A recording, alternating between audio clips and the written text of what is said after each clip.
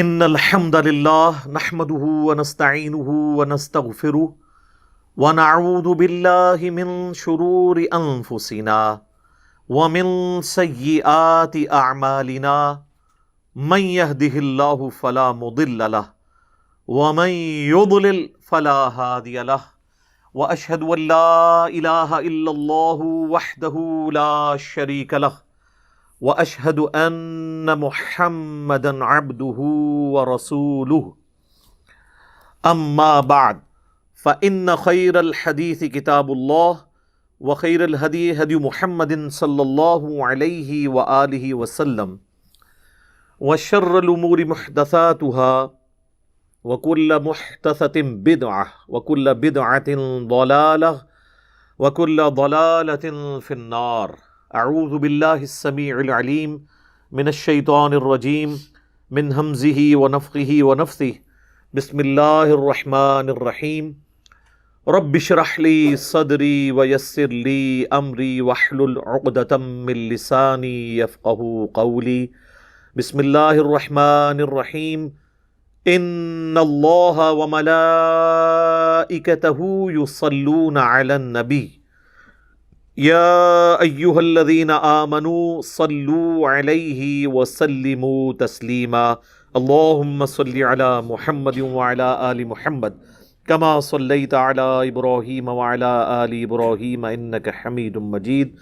اللہم بارک علی محمد وعلی آل محمد کما بارکت علی ابراہیم وعلی آل ابراہیم انک حمید مجید. اللہم ربنا آتنا فی الدنیا حسنہ وفی الآخرة حسنة وقنا عذاب النار. ربنا آتنا من لدنک رحمة وہیئ لنا من امرنا رشدا. لا الہ الا انت سبحانک انی کنت من الظالمین. حسبنا اللہ ونعم الوکیل. یا حی یا قیوم برحمتک استغیث ولا حول ولا قوة الا باللہ العلی العظیم. آمین. الحمدللہ آج 27 دسمبر 2020 کو سنڈے کے دن قرآن کلاس نمبر 60 میں 60 نمبر میں ہم انشاءاللہ تعالی سورہ آل عمران کی آیت نمبر 180 سے آنورڈ سٹارٹ لیں گے. اعوذ باللہ من الشیطان الرجیم. بسم اللہ الرحمن الرحیم. وَلَا يَحْسَبَنَّ الَّذِينَ يَبْخَلُونَ بِمَا آتَاهُمُ اللَّهُ مِنْ فَضْلِهِ هُوَ خَيْرًا لَهُمْ بَلْ هُوَ شَرٌّ لَهُمْ. ہرگز گمان نہ کریں وہ لوگ کہ جنہیں اللہ تعالیٰ نے محض اپنے فضل و کرم سے دنیا کی زندگی میں کچھ نعمتیں دے رکھی ہیں کہ یہ ان کے لیے خیر ہیں. بل ہوا شر لہم، بلکہ اس میں تو ان کے لیے شر، برائی چھپی ہوئی ہے. اب یہ اسپیسیفکلی ان لوگوں کی طرف روئے سخن ہے جو لوگ دنیا میں دیا ہوا اللہ کا مال اللہ کی راہ میں خرچ نہیں کرتے، اور ایٹ لیسٹ وہ جو ڈیٹم لیول ہے جو اوبلیگیٹری ہے ہر انسان کے اوپر، 40واں حصہ اپنے مال میں سال میں ایک دفعہ نکالنا یعنی زکوٰۃ، وہ اللہ کی راہ میں خرچ نہیں کرتے بلکہ مال جوڑ کر اس سے مزید مال کمانے کی فکر میں لگے رہتے ہیں. یہ اسپیسیفکلی ان کے بارے میں ہے کیونکہ اسی آیت کے اگلے ٹکڑے میں اس کا ذکر بھی آ جائے گا کہ یہ کن لوگوں کو ایڈریس کیا جا رہا ہے. اسلام میں مال جوڑنا فی نفسی ہی کوئی حرام نہیں ہے. مال جوڑنا اگرچہ ڈسکریج کیا گیا ہے کیونکہ یہ فتنہ ہے، لیکن اس کی اجازت موجود ہے اگر کوئی شخص اس کی زکوٰۃ ادا کر دیتا ہے. اور وہ زکوٰۃ ظاہر ہے کہ ہر چیز کی ڈیفرنٹ ہے. زکوٰۃ کے قدیم اور جدید 70 احکام و مسائل کے اوپر میرا پوری ڈیٹیلڈ ویڈیو 2 گھنٹے کی ریکارڈڈ موجود ہے، مسئلہ نمبر 95B، جس کے اندر میں نے 70 سے زیادہ قدیم اور جدید مسائل بتائے ہیں زکوٰۃ سے ریلیٹڈ.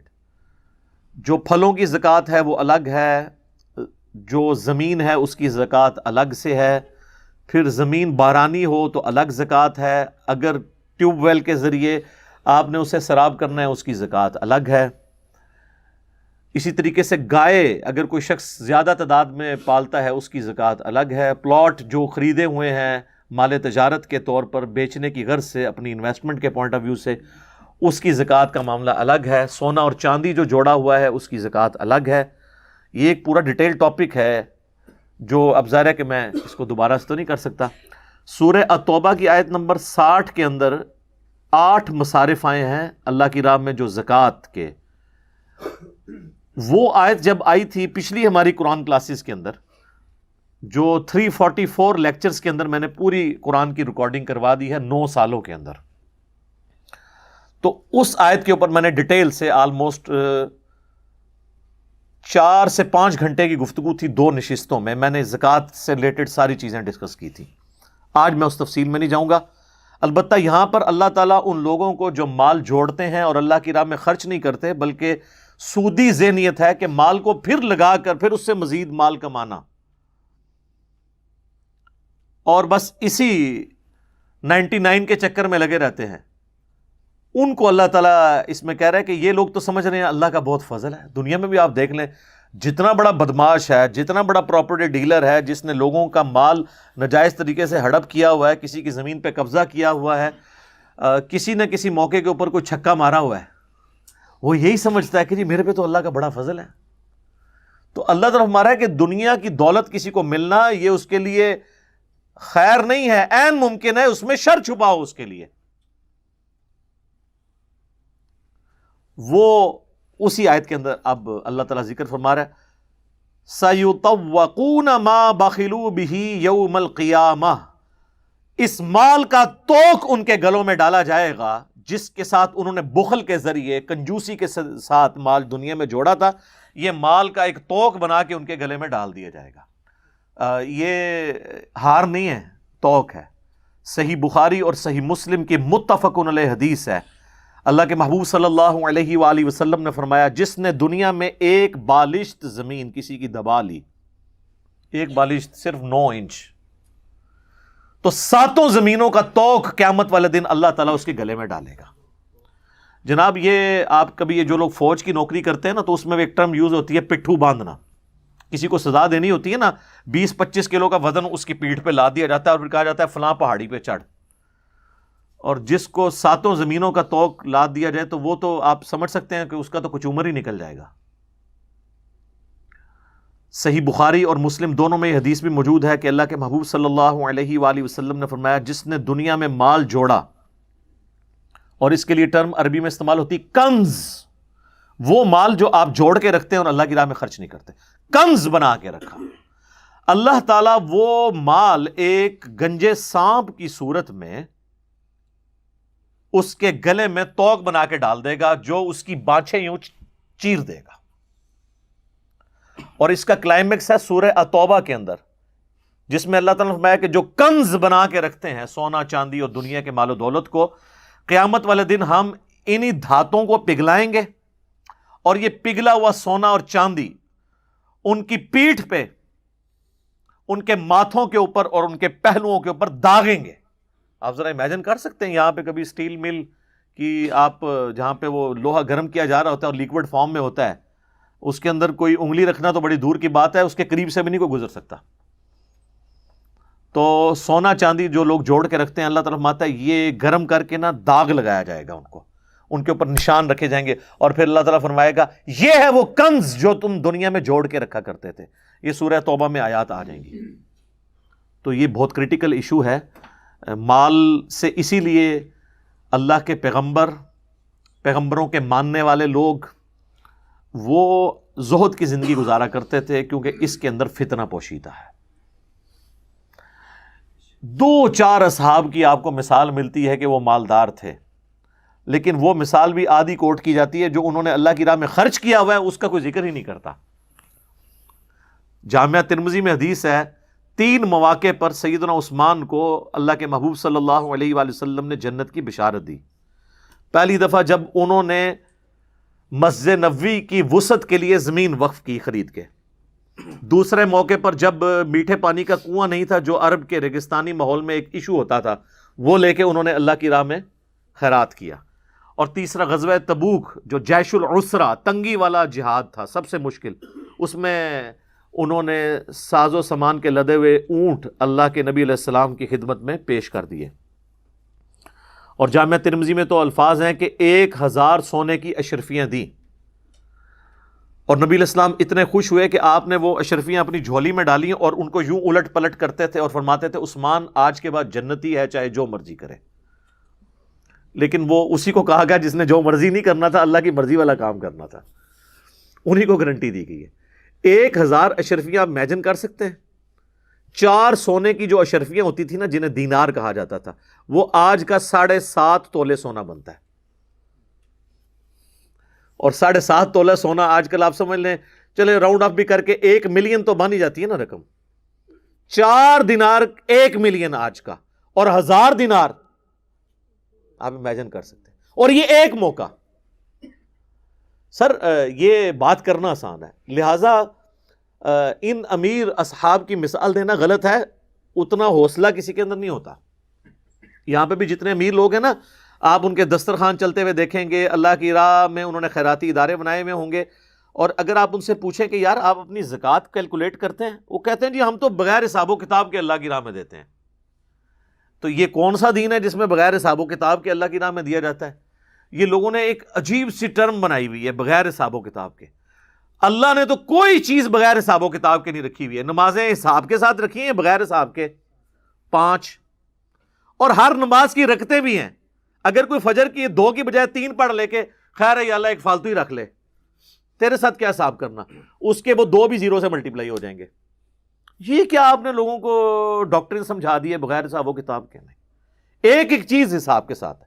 طواف کعبہ کے چکر ہے 7 ہیں، 8 کریں گے تب بھی طواف نہیں ہوگا، 6 کریں گے تب بھی نہیں ہوگا. دنیا میں بھی اگر کسی تالے کو آپ نے کھولنا ہے تو اس کی چابی کے کنگرے ہیں، ایک کنگرا زیادہ ہو یا کم ہو وہ تالا نہیں کھلتا. حساب کتاب اس لیے رکھا جاتا ہے تاکہ کسی آپ ڈیکورم کے ساتھ چیزوں کو فالو کریں. قرآن بغیر حساب و کتاب کے تو نازل نہیں ہوا، 114 صورتیں ہیں اس کی، ہر صورت کی مخصوص آیات ہیں. اس طرح نہیں ہوتا. یہ صرف انہوں نے جان چھڑائی ہوتی ہے. اصل میں انہیں یہ ڈر ہوتا ہے ہم نے حساب و کتاب کیا تو ابھی تو ہم 5 روپے خرچ کر رہے ہیں، ہمیں تو 5 لاکھ روپے خرچ کرنا پڑ جانا ہے. تو وہ کہتے ہیں بغیر حساب کے کر رہے ہیں. اچھا تو ان سے پوچھے یہ جو آپ اپنے کاروباری معاملات ہیں بغیر حساب و کتاب کے کرتے ہیں؟ نہیں. تو اللہ تعالیٰ نے بھی ہاں بغیر حساب کے آپ اس وقت کریں جب آپ ڈیٹم لیول اچیو کر لیں، 2.5% زکوٰۃ دے دی، اس کے بعد آپ بغیر حساب و کتاب کے جتنا مرضی دیں. لیکن جب تک آپ کیلکولیٹ نہیں کریں گے ہر سال کہ آپ کی زکوٰۃ، آپ کے ایسٹ کتنے ہیں، اس کے اگینسٹ آپ کی زکوٰۃ کتنی بنتی ہے، آپ کس طرح نکال سکتے ہیں؟ لوگوں کا نمازوں پہ زور ہے، عمروں پہ زور ہے، زکوٰۃ کے معاملے میں آگے کھوتی مر جاندی ہے انہوں نے، کیونکہ پیسہ نکالنا پڑتا ہے. ویسے تو آپ کو لگتا ہے بڑا آسان ہے جی، لاکھ روپے پہ 2,500 بہت آسان ہے. 1 کروڑ پہ 2.5 لاکھ بھی شاید آسان ہو. 1 ارب پہ 2.5 کروڑ نکالنا یہ مشکل ہو جائے گا. اور اگر 10 ارب ہیں تو آپ دیکھ لیں کہاں پہ بات جا کے نکلے گی. تو یہ جب بڑی رقم ہوتی ہے نا تو پھر تو اس کے اگینسٹ وہ جو خرچ کر رہے ہوتے ہیں وہ بہت کم ہوتا ہے. تو کیلکولیشن کرنا ضروری ہے. تو اللہ تعالیٰ ہمارا یہ توق ان کے گلوں میں ڈالا جائے گا. اسی لیے اصحاب رسول صلی اللہ علیہ وآلہ وسلم رضی اللہ عنہم اجمعین اور اہل بیت علیہم السلام اجمعین، ان کی زندگی آپ دیکھیں گے بڑی فقر میں گزری ہے. بخاری مسلم دونوں میں حدیث ہے ابو ذر غفاری کے بارے میں، میرا ایک کلپ بھی ہے. حضور علیہ السلام فرمایا ابو ذر وہ احد پہاڑ دیکھ رہے ہو؟ کہتے ہیں میں دل میں سوچنے لگا کہ حضور مجھے کسی کام سے وہاں بھیجیں گے، تو میں نے کیلکولیشن شروع کر دی کہ میں جاؤں گا اور اس ٹائم تک نماز تک واپس آ جاؤں گا. ظاہر ہے احد پہاڑ وہاں سے ایٹ لیسٹ 5-6 کلومیٹر تو ہے مسجد نبوی سے. تو نبی علیہ السلام فرمایا کہ اگر یہ احد پہاڑ سونے کے برابر ہو تو 3 دن نہیں گزریں گے کہ میں اللہ کی راہ میں خرچ کر دوں گا. اور آپ نے کیا ہے پریکٹیکلی. آپ کی فقر کی زندگی اڈاپٹڈ تھی. آپ صلی اللہ علیہ وآلہ وسلم کو اللہ نے غزوہ خیبر کے بعد مال غنیمت خمس کے ذریعے وسعت دے دی تھی، لیکن پھر بھی نبی علیہ السلام نے پوری زندگی زکوٰۃ نہیں دی. مال جوڑے ہی نہیں ہے، زکوٰۃ کہاں سے ہوگی؟ جو جوڑے گا وہ زکوٰۃ نکالے گا نا. جو آئے اور بس سبسسٹنس لیول پہ رکھ کے خرچ کر دے اللہ کی راہ میں، اس نے زکوٰۃ کہاں سے نکالنی ہے؟ اور آپ کی تربیت کا نتیجہ یہ تھا کہ آپ کے اہل البیت میں سے بھی بعد میں جب رومن اور پرشین امپائر کے خزانے مسلمانوں کے قدموں میں ڈھیر ہوئے تو مال غنیمت میں سے لاکھوں دینار بھی ملتے تھے نا ان کو، تو وہ خیرات کر دیا کرتے تھے. وہ تو ایک پوری ایک آپ سمجھ لیں واقعات کی لسٹ ہے. اب اما عائشہ سے جب نبی علیہ السلام کے بارے میں وہ روایت کرتی ہیں بخاری مسلم دونوں میں کہ نبی علیہ السلام کے گھر والوں کا محمد اور آل محمد کا یہ حال تھا کہ بعض اوقات 1 مہینہ، بعض اوقات 2، بعض اوقات 3 مہینے تک گھر میں چولہا بھی نہیں جلتا تھا، کچھ پکانے کے لیے ہوتا ہی نہیں تھا. 2 کالی چیزوں پہ کھجور اور پانی کے اوپر گزارا ہوتا تھا. اور یہ کھجوریں بھی ٹنوں ٹن نہیں، ٹوکریوں کی ٹوکریاں نہیں، 2 کھجوریں صبح، 2 شام کو، 1 میٹھا پانی کا پیالہ صبح کے وقت، 1 شام کے وقت. ٹھیک ہے، آج یہ بات کرنا آسان ہے. آج ہم میں سے اکثریت عام لوگ بھی کیسر و کسرا کی زندگی گزار رہے ہیں فیسلٹیز کے پوائنٹ آف ویو سے، شاید ان سے بہتر. اور رومن اور پرشینز امپائر جب رات کو سوتے تھے تو سوتے وقت تو ان کو کوئی پنکھا نہیں چل رہا ہوتا تھا نا کہ جی ہاں جی سر جی ہوں سوتے ہوتے ہوں پنکھا چلیے تو تھوڑے تو سوتے بھی ایئر کنڈیشن چل رہا ہوتا ہے. ہاں البتہ یہ حدیث صرف بیان کرنے کے لیے بخاری مسلم کی کہ نبی علیہ السلام کو جب سیدنا عمر ملنے گئے تو ان کے جسم پہ چٹائی کے نشان تھے، یعنی مطلب یہ کرتا بھی نہیں پہنا ہوا تھا، صرف تہمت تھی. تو رونا شروع کر دیا. تو آپ نے فرمایا کہ کیوں رو رہے ہیں؟ ان کا یا رسول اللہ کیسر و کسرا دنیا کے مزے لوٹ رہے ہیں اور آپ اللہ کے نبی ہیں اور آپ کی یہ حالت ہے. آپ نے فرمایا کیا تم اس پہ راضی نہیں ہو کہ کیسر و کسرا دنیا کے مزے لوٹیں اور ہم آخرت کی سعادت لوٹ لیں؟ بخاری مسلم دونوں میں حدیث ہے، مجھے اپنے بعد یہ خطرہ نہیں کہ تم بھوکے مر جاؤ گے، بلکہ مجھے یہ تو ڈر ہے کہ دنیا کے خزانے تم پر کھول دیے جائیں گے اور تم بھی دنیا کے مال کی محبت میں مبتلا ہو کر تباہ و برباد ہو جاؤ گے جس طرح اگلے لوگ ہو گئے. اور یہی پھر سلسلہ آپ دیکھ رہے ہیں، حضرت عثمان کے دور میں جب وظیفے لگ گئے تو تھیندے تھیندے تھیں گے مسلمان. پھر جن لوگوں کو وظیفے لگے ہوئے تھے ان کو حضرت علی کیسے ہضم ہو سکتے تھے چوتھے خلیفہ کے طور پر؟ کیونکہ انہوں نے تو پھر حضرت عمر کی طرح اسٹرکٹ مینجمنٹ تھی ان کی، تو ان کے مفادات جڑے ہوئے تھے بیسیکلی. بہانہ اس کے لیے کچھ اور، جیسے آج بھی پولیٹیکل لیڈرز آپ دیکھیں پیچھے سامنے فرنٹ پہ کوئی اور چیز رکھی جاتی ہے اور بہانہ کسی اور چیز کو بنایا جاتا ہے اور بیک گراؤنڈ میں اور چیز ہوتی ہے. تو جن لوگوں نے نبی علیہ السلام کی صحبت کی ہوئی تھی وہ کوشش کرتے تھے کہ بچ کے رہیں اس طرح کے معاملات سے. بخاری مسلم دونوں میں حدیث ہے، نبی علیہ السلام کے سامنے سے ایک غریب آدمی گزرا. آپ نے فرمایا اپنے اصحاب سے اس کے بارے میں تمہارا کیا خیال ہے؟ انہوں نے کہا یا رسول اللہ یہ جس دروازے پہ جائے دھتکار دیا جائے، اگر کسی کی بچی سے کا رشتہ اس کے باپ سے مانگے تو اس کو کوئی رشتہ نہ دے، یہ تو اتنا مفلس اور ناچار ہے. تھوڑی دیر بعد ایک امیر شخص گزرا اور فرمایا اس کے بارے میں تمہارا کیا خیال ہے؟ تو ان کا یہ تو بڑا معزز شخص ہے، جس کے پاس جائے لوگ اس کا ریگارڈ کریں، کہیں سے رشتہ مانگے تو مل جائے. حالانکہ دونوں مسلمان تھے، دونوں صحابی تھے. آپ نے فرمایا اللہ کی قسم، اس رب کی قسم جس کے قبضے قدرت میں میری جان ہے، جو شخص پہلے گزرا ہے نا وہ ایک شخص اللہ تعالیٰ کو یہ بعد میں گزرنے والوں سے پوری زمین بھر جائے وہ بڑھ کر عزیز ہے. جی مسلم شریف کی حدیث ہے کہ نبی علیہ السلام نے فرمایا کہ میرے غریب اصحاب میرے امیر اصحاب سے 40 سال پہلے جنت میں چلے جائیں گے. جی قیامت کا دن 50,000 سال کا دن ہے، تو آپ کیا سمجھتے ہیں سیدھا ٹکٹ لگا ہوا ہے؟ 40 سال پہلے وہ لوگ جنت میں جائیں گے جو غریب صاحب ہیں. سر 40 سال کا ڈفرنس دنیا میں آپ ذرا امیجن کر سکتے ہیں؟ جانا دونوں جنتی گروپ پارٹیاں ہیں، لیکن جنہوں نے مفلسی کی زندگی گزاری ہے، فقر کی زندگی گزاری ہے. اسی لیے صحیح بخاری مسلم میں آتا ہے عبداللہ بن عمر ہمیشہ غریب صحابہ کے ساتھ اپنا وقت گزارا کرتے تھے. اور لوگ پوچھتے تھے کیوں؟ وہ کہتے تھے اس لیے کہ میں نے خود حضور سے سنا ہے کہ میرے غریب ساتھی جو ہے نا میرے امیر ساتھیوں سے 40 سال پہلے جنت میں جائیں گے. یہ تو میرا ایک فیوریٹ ٹاپک ہے اور میں پورے پیشن کے ساتھ اس پہ بول سکتا ہوں، اس لیے کہ میں صرف باتیں نہیں کرتا ہوں، میں کوشش کرتا ہوں کہ میں اپنی زندگی میں بھی اس چیز کو اڈاپٹ کروں.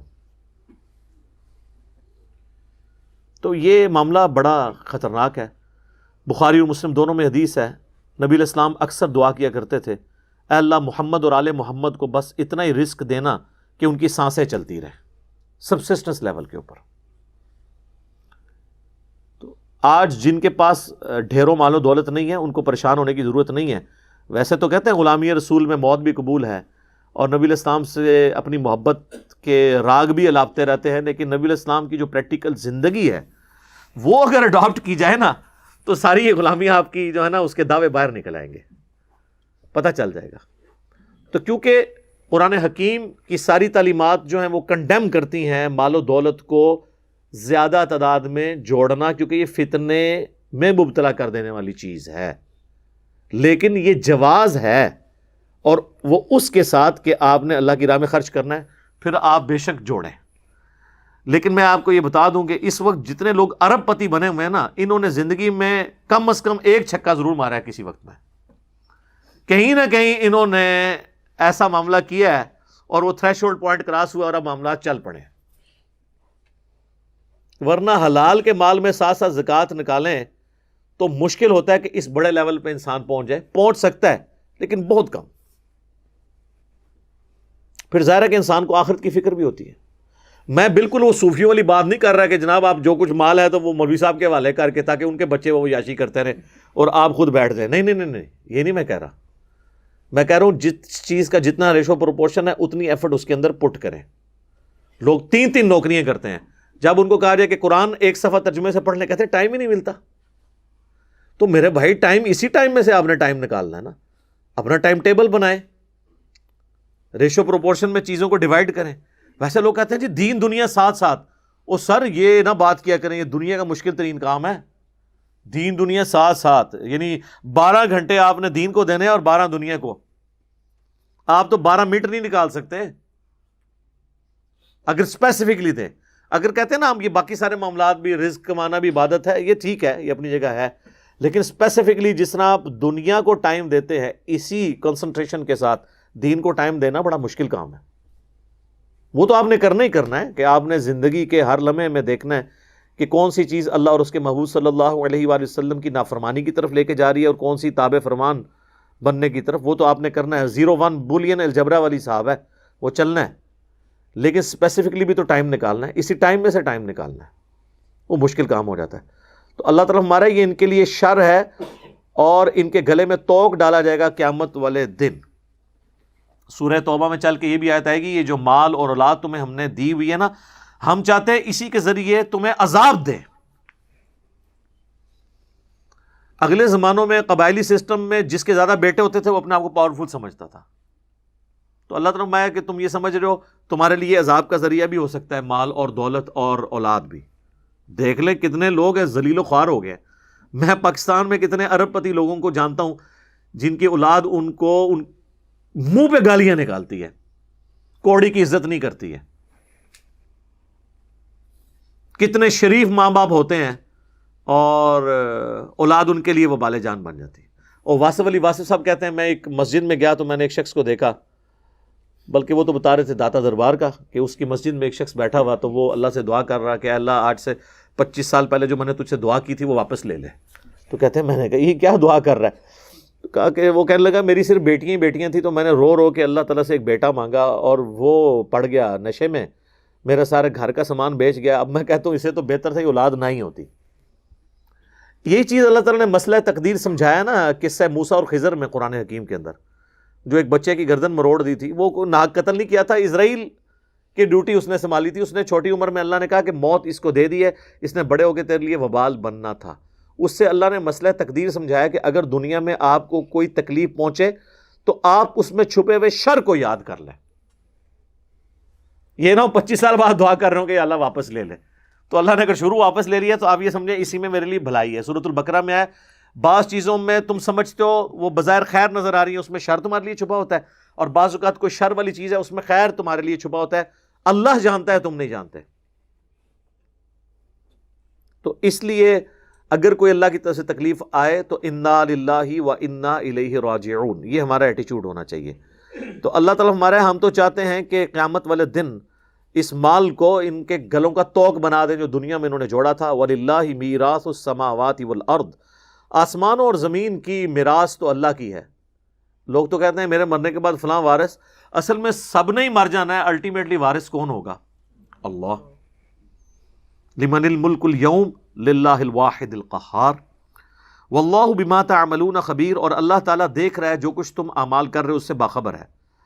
لقد سمع اللہ قول الذین قالوا ان اللہ فقیر، اللہ نے سن لی ہے ان لوگوں کی بکواس جنہوں نے کہا کہ اللہ تو فقیر ہے وَنَحْنُ أَغْنِيَاء، اور غنی تو ہم ہیں۔ یہ یہودی تھے، یہ جس طرح پانڈ قسم کے لوگ ہوندے نے نا، دین کا بھی مذاق بنانے والے، اور یہودیوں میں یہ بہت چیز تھی، چرب زبانی۔ کہا گیا کہ کہنا حتتن، اے اللہ ہمارے گناہوں کو معاف کر دے، جب جیریکو سٹی میں داخل ہونا ہے، یروشلم فتح ہوگا، انہوں نے کہنا شروع کر دیا حنتتن، ہمیں گندم چاہیے، الفاظ کو بگاڑنا۔ کہا گیا کہنا تم نے سمعنا و اطعنا، سنا اور ہم نے اطاعت کی، یہ کہتے تھے سمعنا و عصینا، سنا اور نافرمانی کی، ہر چیز کو بگاڑ کے الٹی بات کرنی۔ اور یہاں پر بھی انہوں نے مزاح کے طور پہ یہ بات کی کہ اللہ فقیر ہے، غنی تو ہم ہوئے، کیوں؟ دیکھو اللہ تعالیٰ بار بار کہتا ہے کہ مجھے قرض حسنہ دو، اللہ کی راہ میں خرچ کرو، تو امیر تو وہ ہوگا جو خرچ کرے، جو مانگ رہے ہیں ہم سے وہ تو خود غریب ہے۔ استغفر اللہ، تو بولی اس پہ اللہ کی ورڈکٹ دیکھیں، سنکتب ما قالو، ہم ایک ایک چیز لکھ رہے ہیں جو یہ بکواس کر رہے ہیں۔ یہ پرسنل نوٹس بنانے کے لیے نہیں، قیامت والے نامہ اعمال سامنے رکھنے کے لیے۔ یہ کہا کرتے تھے دنیا میں، آؤ نا، اب دنیا میں تو کھلی چھٹی تھی، اب تمہاری گرفت کریں گے۔ وَقَتْلَهُمُ الْأَنْبِيَاءَ بِغَيْرِ حَقٍّ، اور ان کا وہ بڑا جرم جو انہوں نے نبیوں کو قتل کیا بغیر کسی وجہ کے، حق گوئی کے اوپر، یہ بھی ان کا ہم نے جرم لکھا ہوا ہے۔ وَنَقُولُ ذُوقُوا عَذَابَ الْحَرِيقِ، اور پھر ایک وہ دن آئے گا ہم کہیں گے چکھو اس آگ کے عذاب کا مزہ، جو تم دنیا میں اللہ کے بارے میں اس طرح کی غلط گفتگو کرتے تھے، اس کے بھیجے ہوئے نمائندوں یعنی وقت کے پیغمبروں کو قتل کرتے تھے۔ دنیا میں تو کھلی چھٹی تھی، لیکن آج ہم گرفت کریں گے۔ اچھا، یہ اکثر لوگ کہتے ہیں نا دنیا میں جو کچھ ہو رہا ہے وہ اللہ کی مرضی سے ہو رہا ہے۔ اللہ کی مرضی سے نہیں ہو رہا، دنیا میں جو کچھ ہو رہا ہے اللہ کی اجازت سے ہو رہا ہے۔ مرضی اس کی یہ نہیں ہے کہ نبیوں کو قتل کیا جائے، مرضی اس کی یہ نہیں ہے کہ لوگ برائی کے اندر مبتلا ہوں۔ ہاں، اجازت دی ہوئی ہے کہ کام چوک کے رکھنا رکھو، آخرت میں پکڑوں گا، اور اگر میرے پیغمبروں کی اطاعت اختیار کرو گے آخرت میں جنت دوں گا۔ اجازت ہے، یہ نہیں ہوگا کہ اذان ہوئی ہے تم نماز نہیں پڑھتے تو زمین میں دزا دیے دو، نہیں، زمین نہیں تمہیں کھینچے گی۔ اذان ہوئی تمہارے آٹومیٹکلی نہ تم مسجد کی طرف قدم بڑھیں گے اور نہ کسی برائی کی طرف، تمہارا اپنا اختیار ہوگا۔ انا ہدیناہ السبیل اما شاکرا و اما کفورا، ہم نے ہدایت کا راستہ واضح کر دیا ہے، تمہاری مرضی ہے، چاہے تو شکر گزاری کی روش اختیار کرو، خواہ نہ شکری کی۔ تو یہ جو لوگ کہتے ہیں نا جی وہ جو کچھ ہو رہا ہے جی اللہ کی مرضی ہے نا جی، اللہ کا ہی فضل ہے نا جی، تو اس حوالے سے سورہ الزمر کی ایک آیت ہے جو مسئلہ تقدیر کے حوالے سے بڑی کرٹیکل ہے، کراس ریفرنس کے طور پہ میں یہاں پہ وہ کوٹ کر دیتا ہوں، بالکل سٹارٹ کے اندر سورہ الزمر کی آتی ہے، آیت نمبر ہے 7۔ ان تکفروا فإن اللہ غنی عنکم، اگر تم اللہ کی ناشکری کی روش اختیار کرو گے تو یہ جان لو کہ اللہ بے پرواہ ہے۔ یہ نہیں ہے کہ تم نے نماز نہیں پڑھی تو اللہ کو کوئی ٹینشن ہو گئی ہے، جاؤ دفع ہو جاؤ۔ لیکن اس کا یہ بھی مطلب نہیں ہے کہ جو مرضی کرو اللہ کو فرق نہیں پڑتا، نہیں۔ ولا یرضی لعبادہ الکفر، لیکن اللہ راضی کبھی نہیں ہوگا کہ تم ناشکری کی روش اختیار کرو، پکڑے گا نہیں دنیا میں کیونکہ اس نے تمہیں کھلی چھٹی دی ہے، لیکن راضی نہیں ہے، پکڑے گا آگے۔ وَإِن تَشْكُرُوا، اور اگر شکر گزاری کی روش اختیار کرو گے، يَرْضَاهُ لَكُمْ، وہ راضی اسی پہ ہی ہے کہ تم اس کے تابع فرمان رہو، نافرمانی پہ اس کو پرواہ کوئی نہیں ہے، لیکن ناراض ہو جائے گا اور پکڑ لے گا۔ وَلَا تَزِرُ وَازِرَةٌ وِزْرَ أُخْرَى، اور یاد رکھنا کوئی بھی جان قیامت والے دن دوسرے کے گناہوں کا بوجھ نہیں اٹھائے گی، ہر شخص نے اپنے اعمال کا بوجھ خود اٹھانا ہے۔ ثم الى ربکم مرجعکم، پھر تمہیں لوٹ کر اپنے رب کی طرف جانا ہے، فینبئکم بما کنتم تعملون، پھر وہ تمہیں بتا دے گا جو کچھ تم دنیا میں اعمال کیا کرتے تھے۔ انہ علیم بذات الصدور، اور وہ تو اتنا علم والا ہے کہ تمہارے سینوں کے چھپے ہوئے رازوں کو بھی جانتا ہے۔ دنیا میں داڑھی سے پگڑی سے آپ عوام کو دھوکہ دے سکتے ہیں، اللہ کو نہیں دے سکتے۔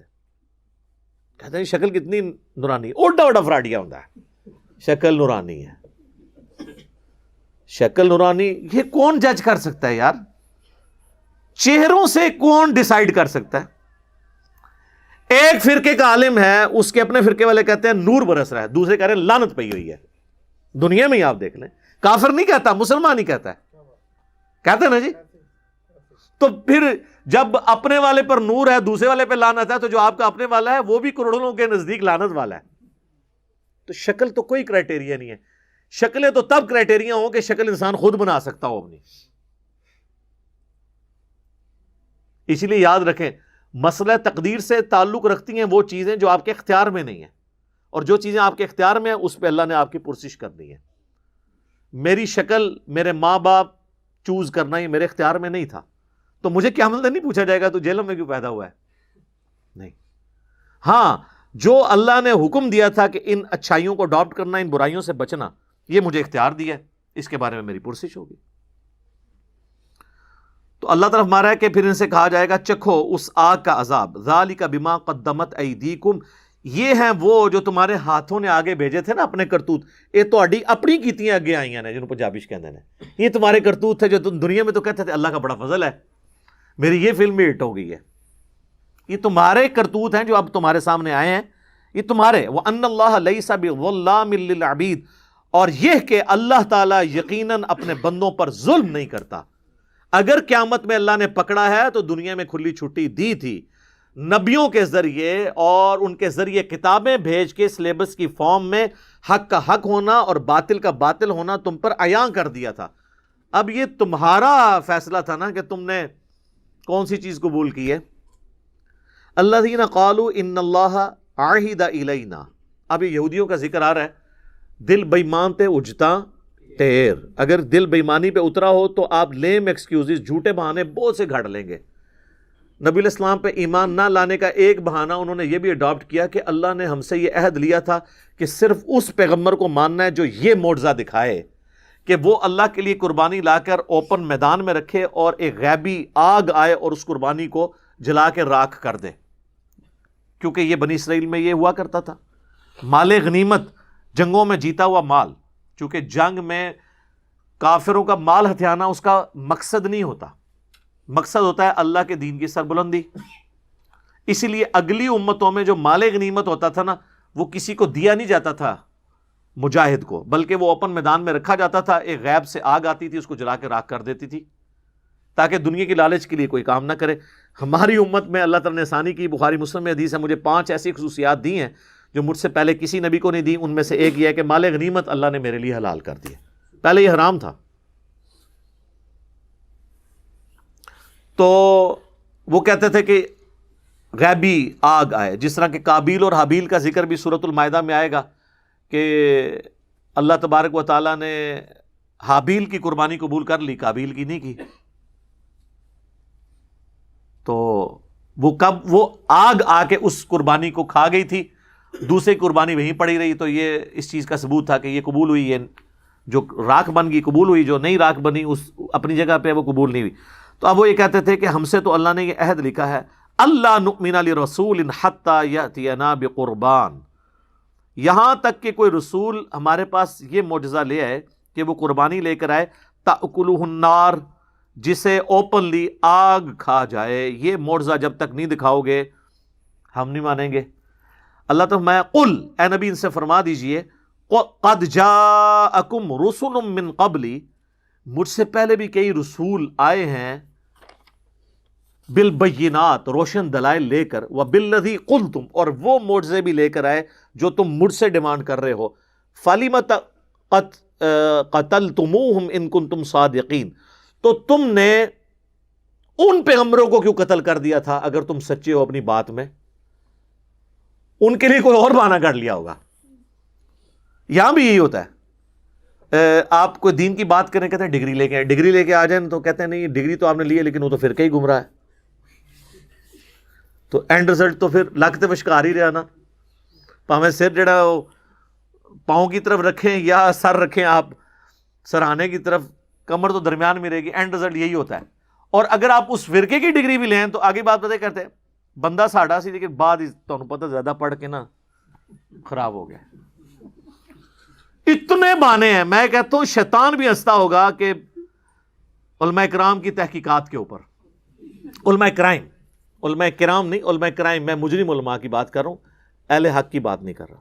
لیکن آپ نے مجھ سے پوچھنا نہیں کہ اہل حق کدھر ہیں.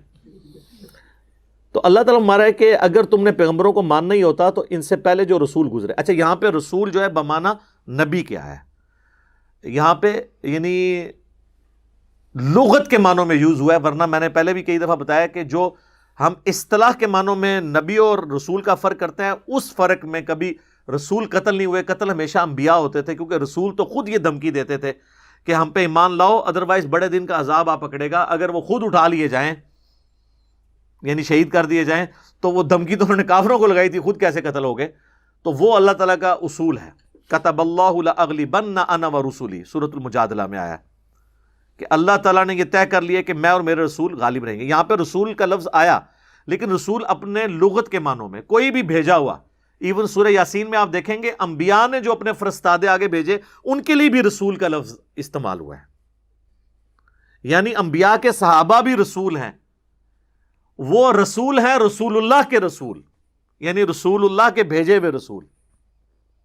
ٹھیک ہے, اس لیے آپ دیکھیں حضرت ابوبکر کو کہا جاتا تھا خلیفۃ الرسول, یعنی نبی علیہ السلام کے بعد صحابہ نے اجماع سے ان کو چنا. جب حضرت عمر آئے نا تو ان کے لیے پھر لفظ استعمال ہوا خلیفۃ الرسول, رسول اللہ کے خلیفہ کا خلیفہ. حضرت عمر نے سوچا جناب یہ تو معاملات آگے چلیں گے, تو اصحاب نے, حضرت عمر نے نہیں باقی صاحب نے مشورہ کیا کہ یہ تو ہماری زبان اتنی دیر ہمیں انتظار کرنا پڑتا ہے, کوئی آپ کو چھوٹا سا نام رکھ لیتے ہیں, تو ہم نے مشورے سے بہتر سمجھے آپ کو امیر المؤمنین کہیں, ورنہ جب تیسرا بندہ خلیفہ بنے گا تو یہ 3 دفعہ خلیفہ لگانا پڑ جائے گا.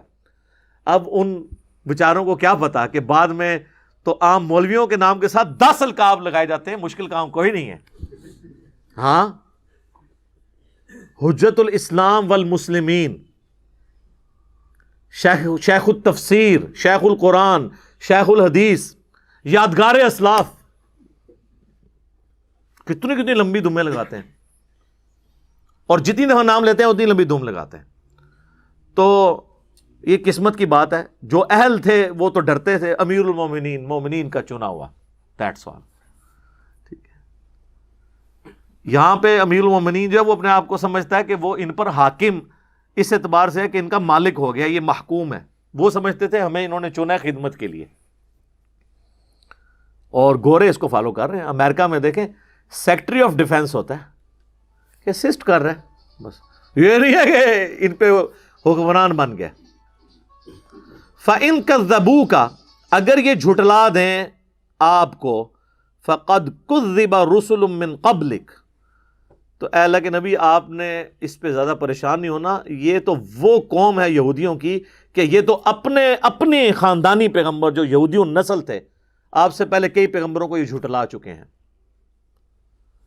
جاءوا بالبینات, جو کہ روشن دلائل بڑے بڑے موجزے ان کے پاس لے کے آئے تھے, والزبر والکتاب المنیر, اور صحیفے اور روشن کتابیں لے کے آئے.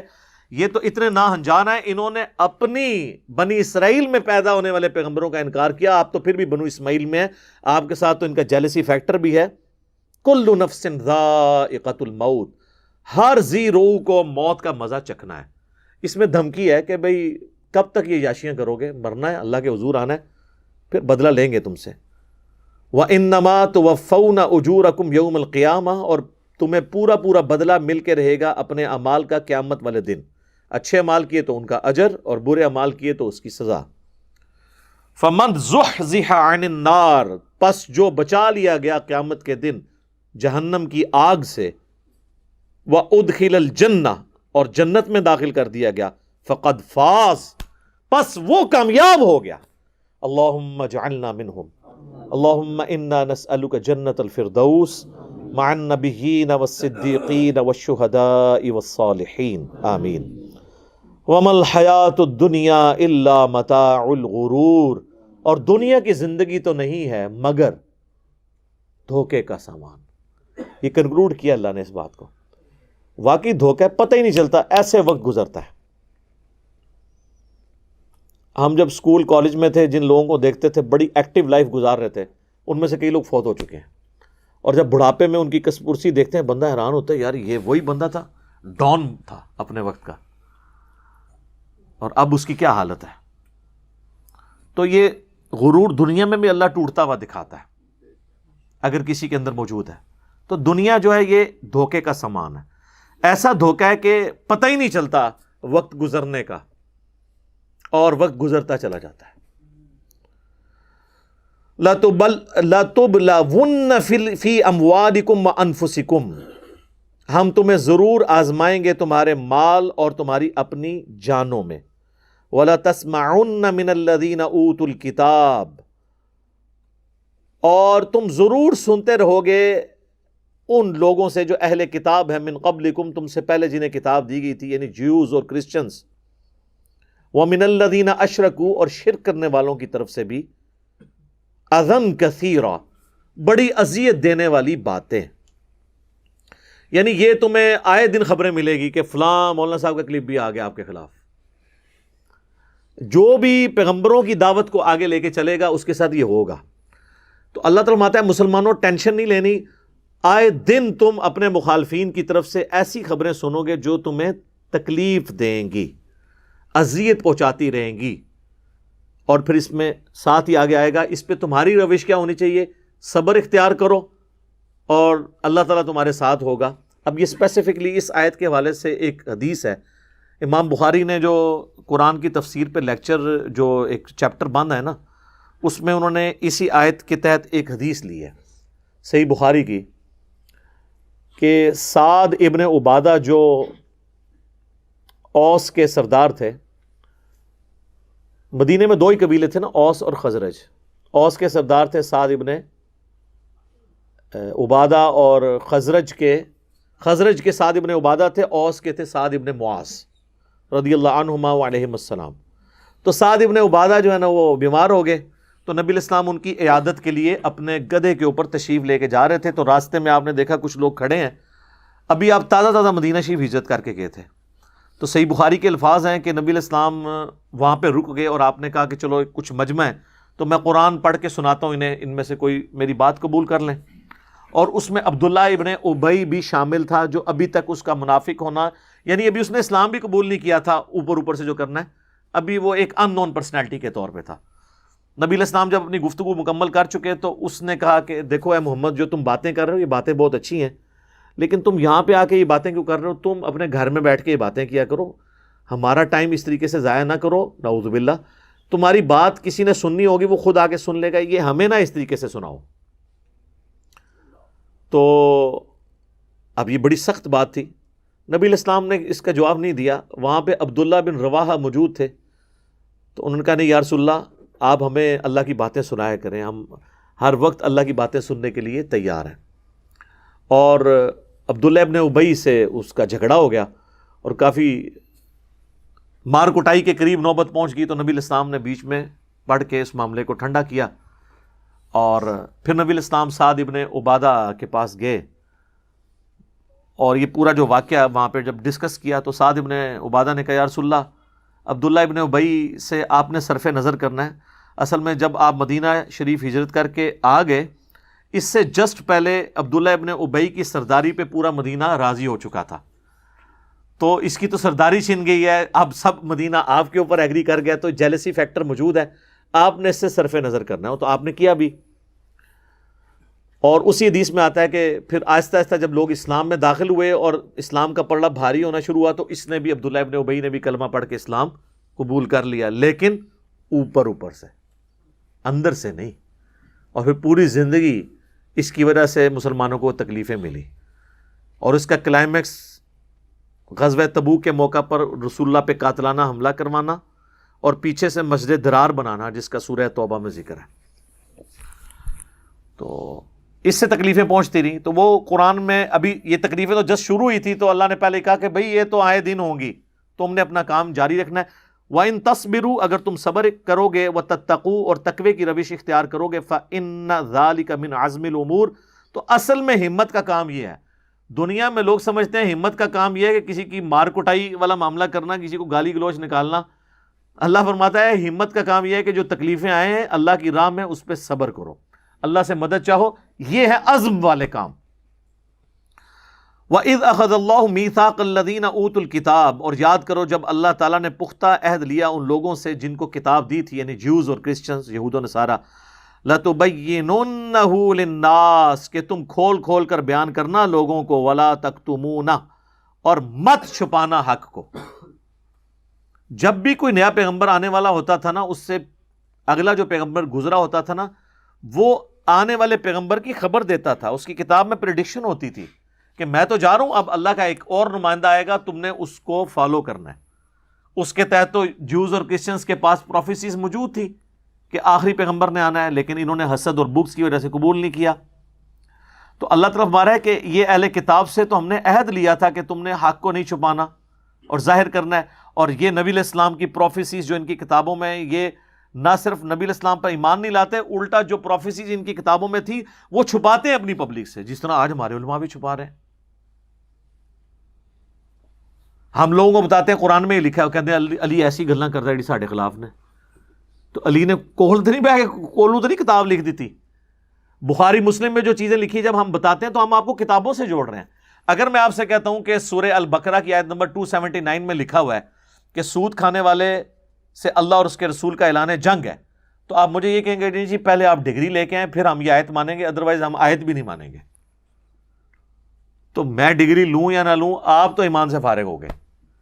اگر کوئی کافر بھی آپ کو کہے نا سورہ بقرہ کی آیت نمبر 279 میں لکھا ہے، تو آپ پہ ماننا واجب ہے، اس لیے کہ آپ اللہ کی بات مان رہے ہیں۔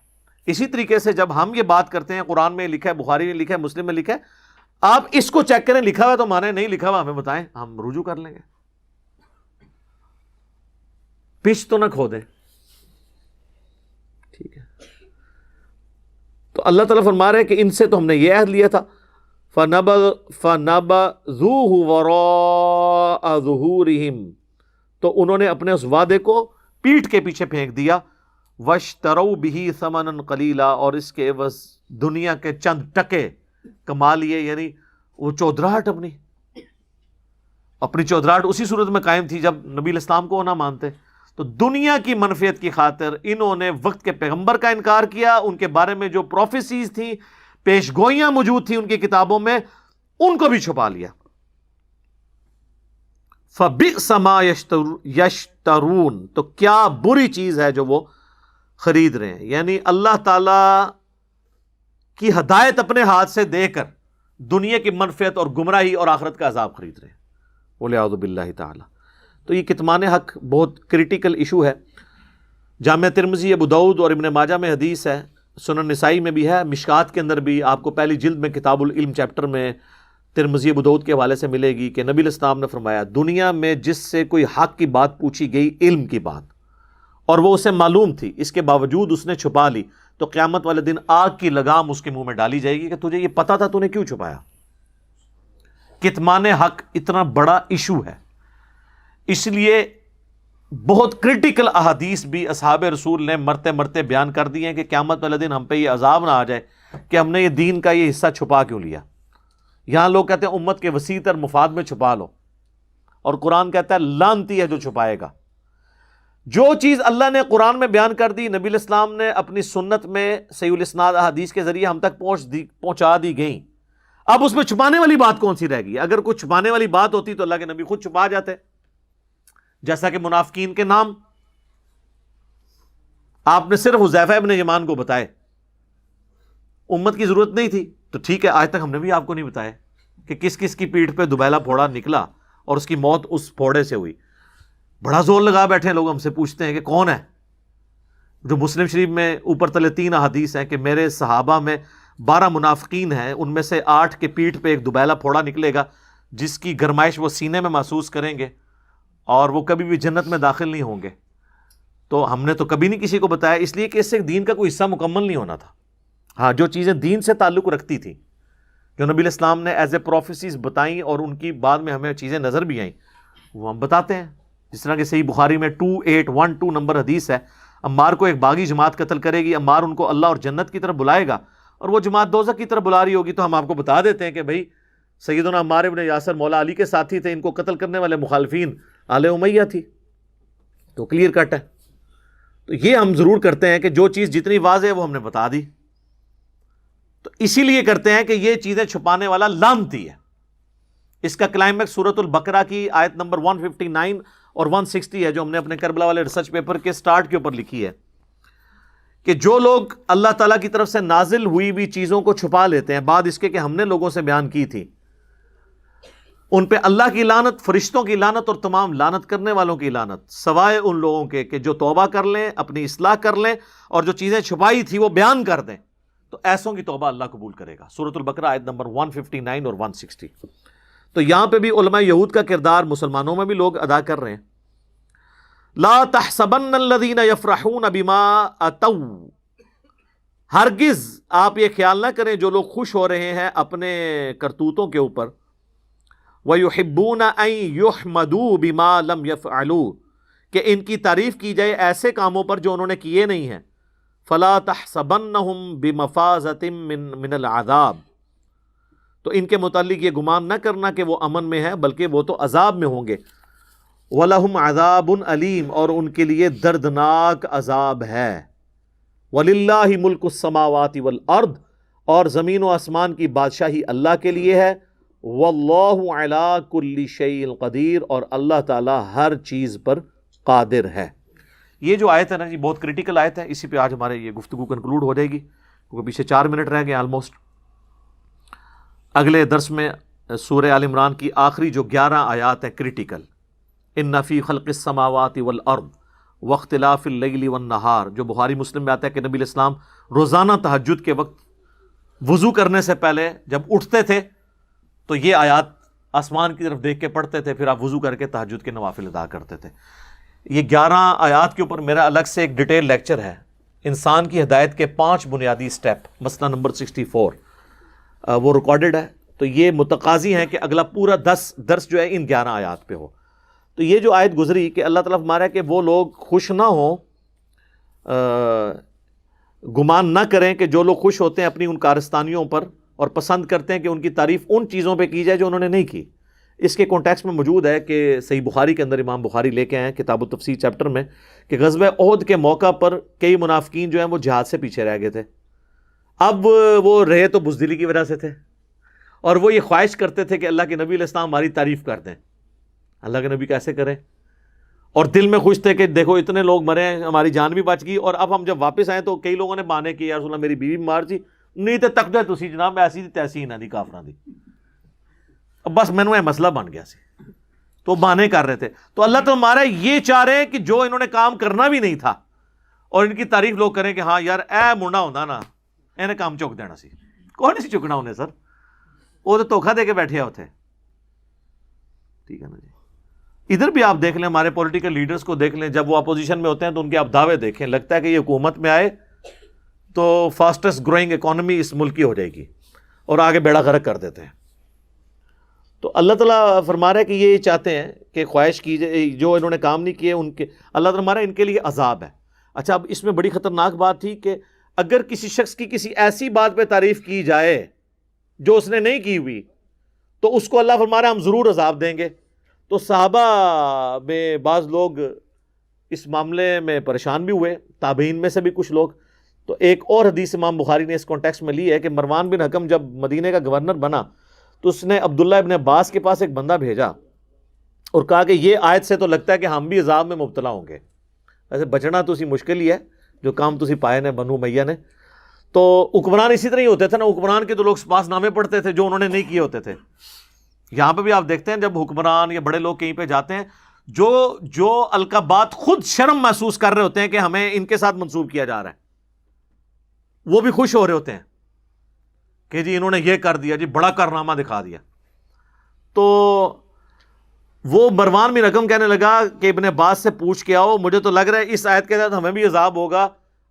یہ نہیں اس نے آگے کہا کیوں، وہ کہنا یہ چاہ رہا تھا کہ لوگ ہماری بھی تو تعریف کرتے ہیں ان کاموں میں جو ہم نے نہیں کیے ہوئے، تو جڑے کام پائے نے اس تو صرف نظر کر دینے تھے، اسی بھی رگڑے جانا ہے۔ تو پوچھ کے آؤ کہ یہ آیت کے تحت تو پھر کوئی بھی نہیں بچے گا۔ تو ابن عباس نے فرمایا کہ یہ آیت اصل میں یہودیوں کے بارے میں نازل ہوئی تھی جنہوں نے اوپر سے اسلام قبول کر لیا تھا اور جہاد سے پیچھے رہ گئے، یا ان یہودیوں کے بارے میں جن کو نبی علیہ السلام نے بلایا اپنے پاس کہ تمہاری کتابوں میں جو میری پروفیسیز لکھی ہیں میرے بارے میں کہ میں آخری پیغمبر ہوں وہ آ کے پبلک کو بیان کرو، تو انہوں نے وہ بیان کرنے کے بجائے ادھر ادھر کی باتیں کرنی شروع کر دیں۔ تو کچھ ساتھی جو حضور کے بیٹھے تھے انہوں نے ان کے لیے چاند ایک تعریفی کلمات بول دیے کہ چلو یار جو بھی ہے بندہ سینسیبل ہے، بڑا ڈیسنٹ بندہ ہے۔ تو اللہ تعالیٰ فرمایا کہ اگر حضور کے ساتھیوں نے تمہاری تعریف بھی کر دی ہے تو یہ چیز تمہیں جنت میں نہیں لے کے جائے گی. تم سے جو کام پوچھا گیا تھا, جو کام تمہارے ذمہ لگایا تھا, وہ تو تم نے نہیں کیا, اور تم یہ سمجھ رہے ہو کہ تمہاری تعریف. تو اس سے کتنا خطرناک رزلٹ نکلا کہ نبی علیہ السلام کی مجلس میں بھی اگر کسی کی تعریف بیان ہو اور اس کے کرتوت برے ہوں تو اللہ فرما رہا ہے عذاب اسے ہم نے دینا ہے. کیوں؟ حساب تو اللہ نے کرنا ہے. سورہ توبہ میں آئے گا کہ اے نبی یہ جھوٹے بہانے لگا کر جو جہاد سے پیچھے رہ گئے یہ آپ کو تو راضی کر لیں گے لیکن اللہ کو تو راضی نہیں کر سکتے. اللہ تو ان کے سینوں کے چھپے ہوئے راز بھی جانتا ہے. اللہ سے تو کوئی نہیں بھاگ سکتا. مخلوق کو تو آپ 100 بہانے کر سکتے ہیں. بعض اوقات نبی علیہ السلام ایک انٹیلیجنٹ آدمی تھے, آپ کو وہی کے بغیر اگرچہ نہیں پتا چلتا تھا کہ کون جھوٹ بول رہا ہے, لیکن فیس ریڈنگ سے, بہانے خوریوں سے, اس سے عام ایک ٹیچر کو بھی اندازہ ہو جاتا ہے کہ یہ جو بچہ یہ بہانہ کر رہا ہے یہ واقعی اس کی بجلی رات کو گئی ہوئی تھی یا اس نے کام صحیح نہیں کیا. تو حضور آپ کی شفقت تھی. سورہ توبہ میں بھی آیا کہ یہ جب اکیلے ہوتے ہیں کہتے ہیں یہ نبی تو نرے کان ہے, نعوذ باللہ. جیسے کان جو ہے نا صرف بات سن سکتا ہے, اس کو انالائز نہیں کر سکتا جب تک دماغ نہ ہو. یعنی وہ کہتے تھے نعوذ باللہ. تو اللہ نے فرمایا کہ اے نبی ان سے فرما دو کہ یہ نبی کا کان ہونا تمہارے لیے رحمت ہے. اگر یہ تمہارے اوپر گرفت کرنا شروع کر دیں تم بچو نہیں. یہ ان کی شفقت ہے کہ بہانے. کسی نے کہا یا رسول اللہ میں تو تبوک پہ نہیں جا سکتا آپ کے ساتھ, میری بیوی بیمار ہے. ٹھیک ہے. کسی نے آگے کہا جی میرے ساتھ یہ مسئلہ ہو گیا ہے, بخار ہے. آپ نے یہ بھی نہیں کہا کہ لیا چیک کرنا ہے بھی ہے کہ نہیں. ٹھیک ہے. لیکن اللہ نے ایک چیز نوٹ کی بھی تھی. لیکن دیکھ لیں جس کا بارے میں حضور کو پتا تھا, ابو ذر غفاری کے بارے میں جب کہا گیا کہ وہ بھی رہ گیا, انہوں نے کہا ابو ذر نہیں رہ سکتا. اور حضور کو پتا تھا کہ آپ کے مخلص ساتھی کون ہے. تو حضرت ابو ذر کا ذکر تو آپ کو پتا ہے کہ رقت قلبی میں اضافہ کر دیتا ہے. میرا یوٹیوب پہ کلپ ہے ابو ذر غفاری صادق, وہ آپ یوٹیوب پہ اشک بار آنکھوں سے دیکھنے والا کلپ ہے. وہ خاص کیفیت میں جو فی البدی باتیں میری زبان سے اللہ نے نکلوائی ہیں وہ آپ وہی دیکھیں تو آپ کو پتہ چلے کہ دنیا سے زہد کی زندگی کس چیز کا نام ہے. اور نبی علیہ السلام کے سچے اصحاب جو واقعی دنیا کو 3 طلاقیں دے چکے تھے اور آخرت کی زندگی پر انہوں نے قناعت اختیار کر لی تھی کہ آخرت ہی اللہ سے لیں گے, ان کا اوڑھنا بچھوڑنا کیا ہوا کرتا تھا. اللہ تعالیٰ سے دعا ہے جو حق بات میں نے کہی اللہ تعالیٰ ہمارے دلوں میں راسخ فرمائے. اگر جذبات میں میرے منہ سے کوئی غلط بات نکل گئی تو اللہ تعالیٰ ہمیں معاف بھی فرما دے, ہمارے دلوں سے اسے محو بھی کر دے. ہمیں کتاب و سنت کی تعلیمات پر عمل کر کے دوسرے بھائیوں تک پہنچانے کی توفیق عطا فرمائے. سبحانک اللہم و بحمدک اشہد ان لا الہ الا انت استغفرک و اتوب الیک وما علینا الا البلاغ المبین. جزاکم اللہ خیر.